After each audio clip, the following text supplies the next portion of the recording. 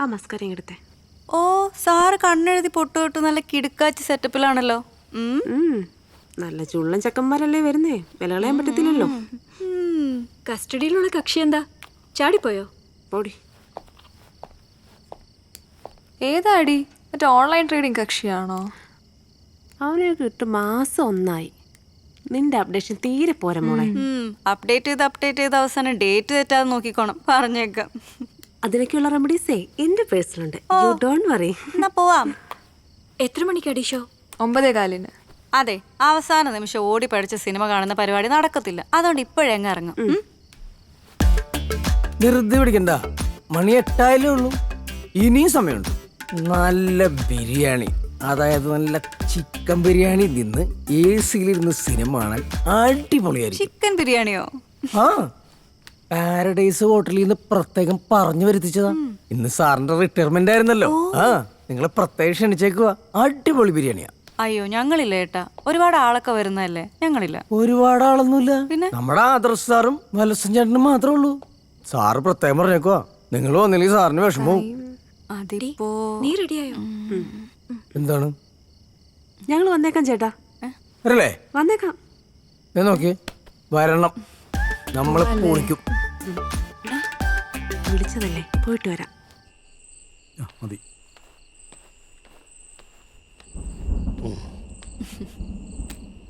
എന്റെ മുന്നിലിരിക്കുന്ന സുന്ദരിമാരെ, ആഹാ, ആള് നല്ല ഫോമിലാണല്ലോ. ഈ ഇരിക്കുന്ന പാമ്പ് പോലെ ഇരിക്കുന്ന മനുഷ്യൻ ആരാന്നറിയോ?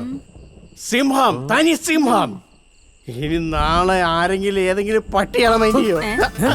അതല്ല ഉദ്ദേശിച്ച്, ആന മെലിഞ്ഞാൽ ആരെങ്കിലും തൊഴുത്ത് കെട്ടുവോ?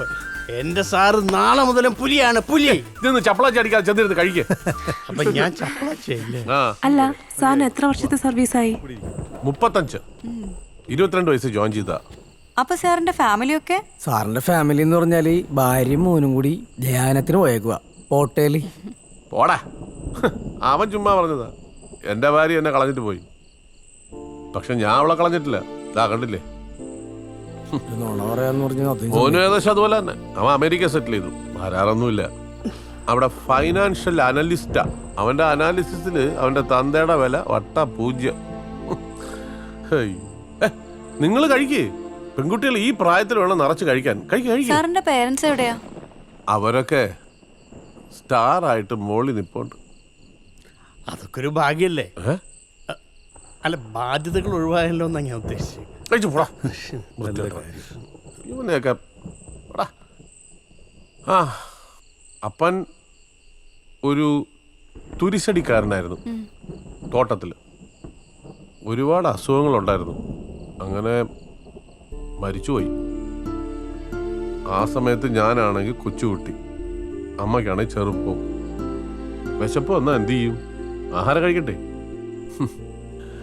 എന്നെ കൊണ്ട് ഒരു അനാഥാശ്രമത്തിലാക്കിയിട്ട് അമ്മ എങ്ങോട്ടോ പോയി, ആർക്കറിയാം. പിന്നെ കണ്ടിട്ടില്ല, കണ്ട ഓർമ്മയും ഇല്ല. എപ്പോഴാലും സാർ ഈ കഥ പറഞ്ഞ് എന്നെ കരയിപ്പിക്കും. എടാ ഇത് കഴിച്ചിട്ട് പോടാ. എടാ പോലടാ, കഴിച്ചിട്ട് പോ. അവ അങ്ങനെ തന്നെ. ഞാൻ ആ ആശ്രമത്തിലെ അച്ഛൻ്റെ ആ രീതിയും സ്വഭാവവും ആ വെള്ള വസ്ത്രമൊന്നും എന്തോ എനിക്കൊന്നും പിടിച്ചില്ല. ഞാൻ അപ്പം തന്നെ അവിടെ നിന്ന് സ്ഥലം വിട്ടു. അവിടെ നിന്ന് തുടങ്ങി എൻ്റെ കിക്ക് ഓഫ്. പിന്നെ അങ്ങോട്ട് സ്വാതന്ത്ര്യത്തിൻ്റെ ലോകമായിരുന്നു. അറിയാൻ മേലാത്ത മുഴുവൻ ജോലിയും ചെയ്തു. മേസ്തിരി പണി, മേക്കാട്ട് പണി, എച്ചിപ്പാത്രം കഴുവല്, എന്തൊക്കെ ചെയ്തു. കടത്തന്നെ കിടന്നു ഉറങ്ങും. അടുത്തൊക്കെ ഉള്ള പള്ളിയിൽ നിന്നും അമ്പലത്തിൽ നിന്നും ഒക്കെ കിട്ടുന്ന ഈ നേർച്ച ചോറൊക്കെ ഉണ്ടല്ലോ, അതൊക്കെ തിന്ന് വയറ് നിറയ്ക്കും. പകല് മുഴുവൻ പണി, രാത്രി മുഴുവൻ പഠിത്തം. അങ്ങനെ പഠിച്ച് ഒരുവിധം ഡിഗ്രി കംപ്ലീറ്റ് ചെയ്തു. അത് കഴിഞ്ഞ് കുത്തിയിരുന്ന് പഠിച്ച് പോലീസിക്കാൻ 35 വർഷം. ഇന്നലെ പോയതുപോലെ ഉണ്ട്. തിരിഞ്ഞു നോക്കുമ്പം I don't have any regrets. അപ്പൊ സാറിന്റെ ജീവിതത്തിൽ ഒരു റിഗ്രറ്റും ഇല്ല? Absolutely no. എന്നാലും നമ്മുടെ സാറ് ഒരു 1.5 ഐറ്റം തന്നെയാ, അല്ലേ സാറേ?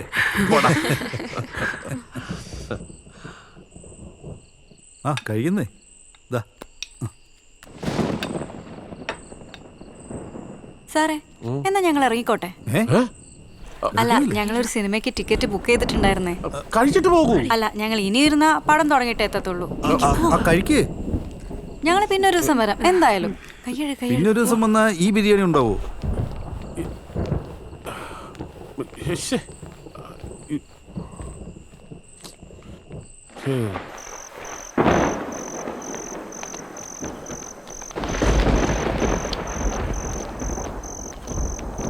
ശ്ശോ, മഴ വരുന്നുണ്ട്.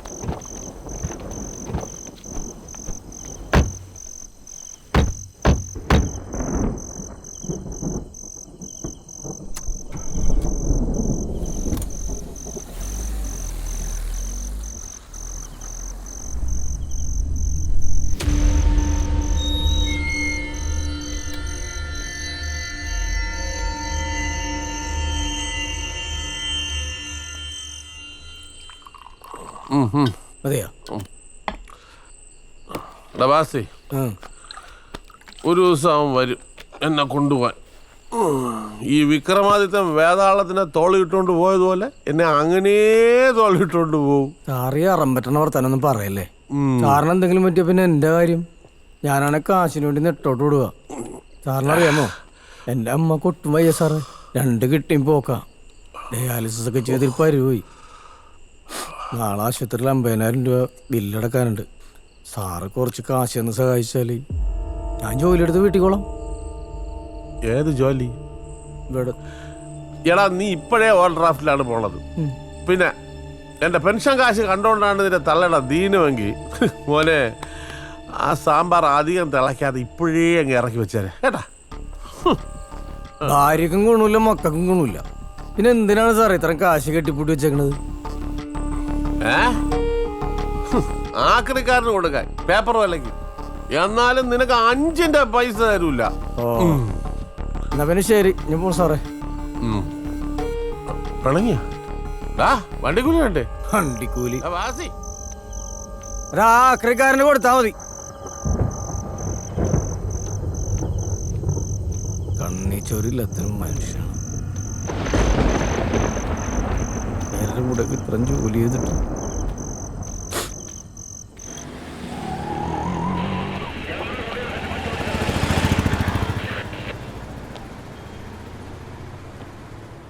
ജീവ എന്ന ക്രിമിനൽ ജയിൽ ചാടിയിരിക്കുന്നു. ഓവർ.